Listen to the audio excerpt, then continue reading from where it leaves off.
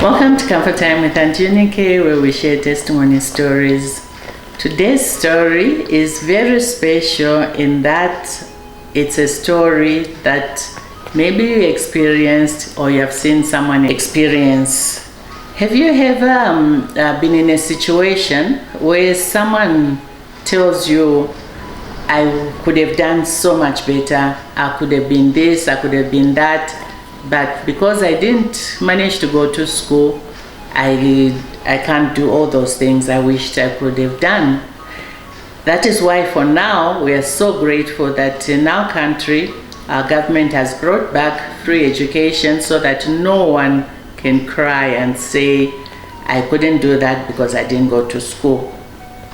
So the story I'm going to share with you today is actually about my mother.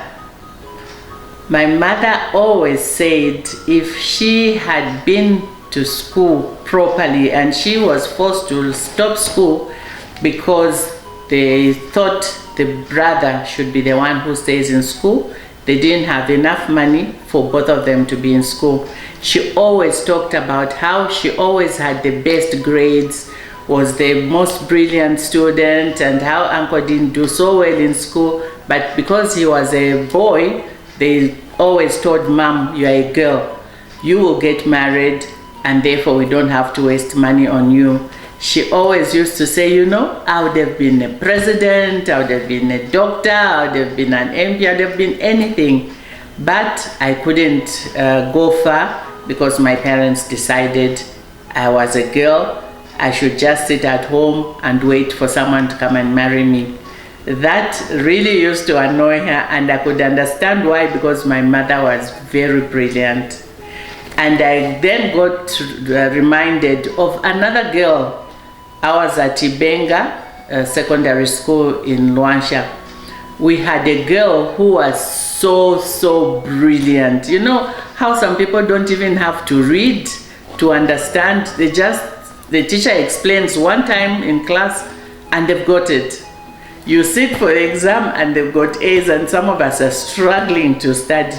And we had such a girl. But again, there was no one to help her or to guide her to appreciate that brain that she had. Because had anybody taken the time to nurture her, I have no idea where she would have been by now.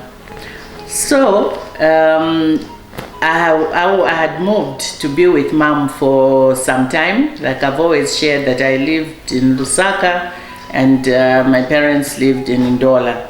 So I was traveling a lot and my girls were in boarding school. I was just with the twin boys. So the twin boys, I moved them into a school on the Copper Belt, and then I went to be with mom so that as I traveled, there was always someone to take care of them. And so I had my own room at the farm where I had everything. I love music, so my musical system, my TV, all the gadgets that I needed were in that room. And so what happened was my mom, I thought she wasn't paying attention, but she was not missing anything. So I love music, and the music that I usually used to play was, you know, by El Clue, Kenny G, Phil Collins, Teddy Pendergrass, you know such music, jazz and R&B and all the rest of it. So one day I locked up my room, gave my keys to mom, and I was traveling to the US to New York for Commission on the Status of Women, CSW. And that program takes about 15 days. So it was quite a long program. So then when I came back, I found my brother, who had also been moved to the farm because we thought we needed someone else to be near mom and dad. So we had asked my young brother to build a house at the farm.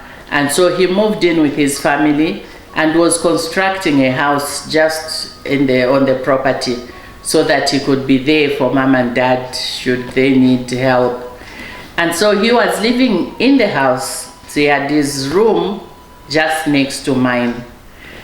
So when I came back from the States, I found him angry and he was almost in tears. You know what mom has done? I was like, what has she done?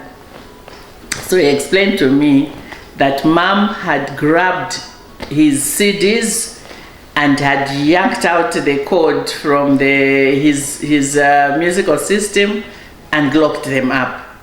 I said, why would she do that? Says, would you believe she says, I have stolen your music? I said, my music, how? Says she heard me playing Phil Collins, and she said that music is Unike's music. She came back, she heard me playing Kenny G. She said that is Unike's music. So she's just, every time she walked past my room, every music she heard, she said it was Unike's music. So eventually she got so angry, she just came into my room, picked my CDs and yanked out the cable from the radio. And this is how now, for the past so many days, I don't have any music. I was like, okay, that's interesting. So I said, okay, you go about your work, let me deal with mom. Then when I finally sat down with mom, she was like, you know what, I dealt with your brother. I said, oh, what happened? She says, this guy, I don't know how, but he managed to get the keys from my room, opened your room, and grabbed your music. And he's been playing your music. I was just watching until I couldn't stand it anymore. So I went and I grabbed all that music, and I've got it with me. I locked it up. So now he doesn't have to play your music. I was like, okay. Thank you very much, Mom. Let me see the music. So she gave me the music. And I looked at it. Of course, it was not my CDs, but they were just the same as my CDs. So I said, okay, thank you. And then later on, when my brother came, I told him, I said, you know what, Mom has explained. So what we're going to do is, you come, I want to talk to you. So I gave him a signal to just listen and do what I was going to say. So he came in and I thanked Mom for getting my music, and I shouted at my brother and told him, please, here is the money. If you don't have money to buy this kind of music, go and buy your own music. So I'm keeping my music, and Mom, thank you very much for saving my music. So please, next time, play your own music. If you want similar music, here's the money, go and buy. So he got the message.